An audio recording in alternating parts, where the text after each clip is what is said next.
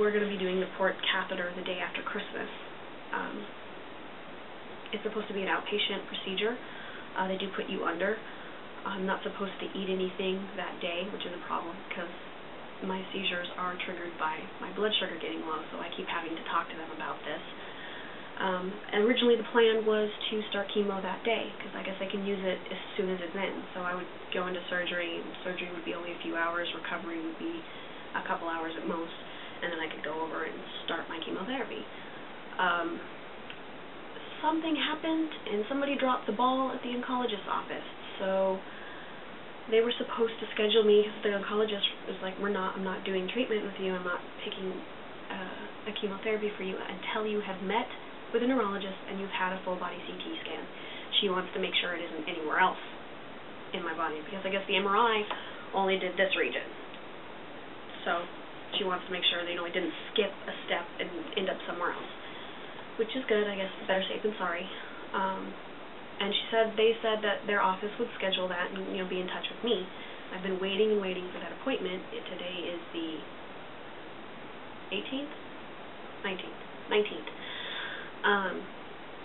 And they finally got a call from them yesterday, and the nurse wanted to schedule me for chemotherapy next week. And I was like, it's like she wanted to schedule it like Monday or something. It's like, I won't have my port until the 26th, and the oncologist told me she didn't want to start that until she had had these, this other stuff covered. So has that changed, or I don't understand why you're trying to schedule this now. And she's like, I don't know what you're talking about. Let me put you on hold and go find out. So lost a little faith yesterday in my oncologist in her office. I think maybe she's just got too many people to keep track of right now. But it kind of made me nervous.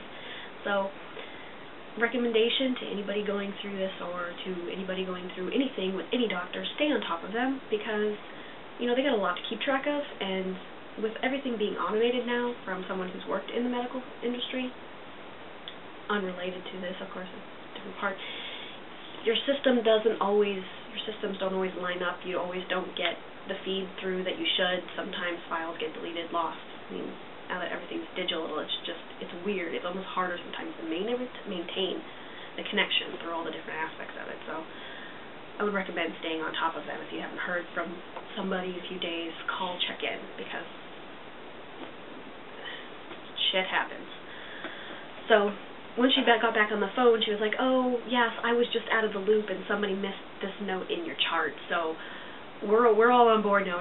We've got it figured out. We will make that appointment for you. We will call you when we have a time set up for your to see a neurologist and to see and do the CT scan.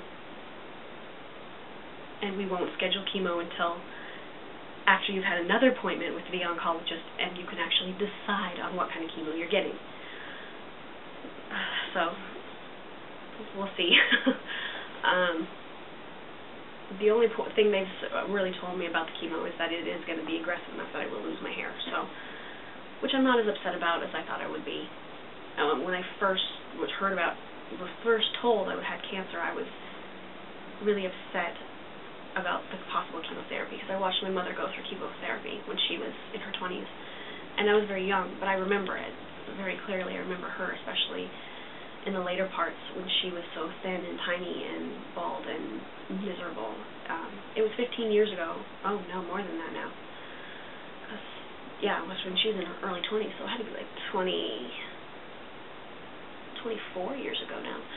So it's a very different process now, but I thought that it was in my mind, so I was really concerned. They made me feel better about it, of course, telling me, the advances it's made and the new medication, and because you now have the port, that makes life easier on you, and, giving you what you need to get through the day. And they told me I'd likely be able to work through at least the first few treatments of it. A lot of people, I guess, are fine for the first round.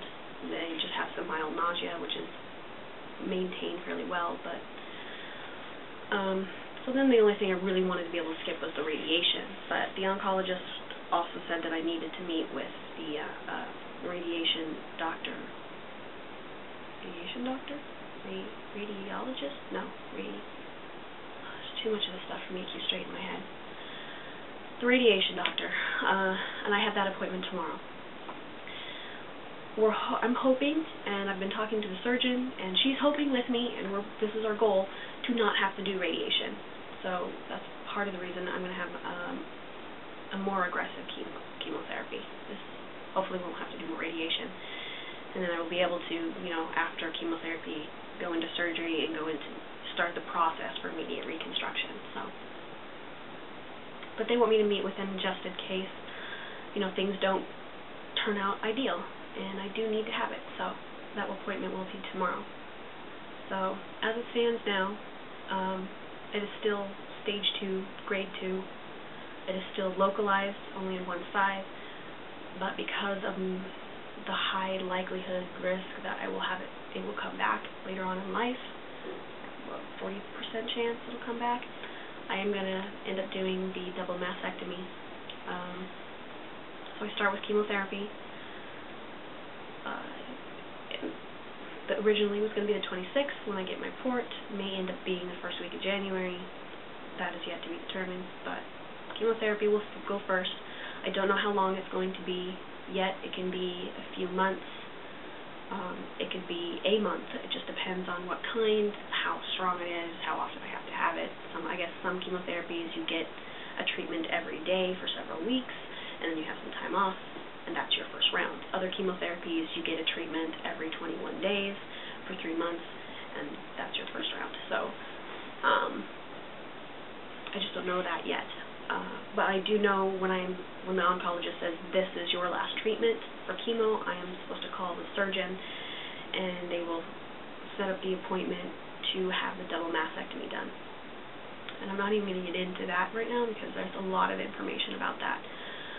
Everything, that's major surgery, so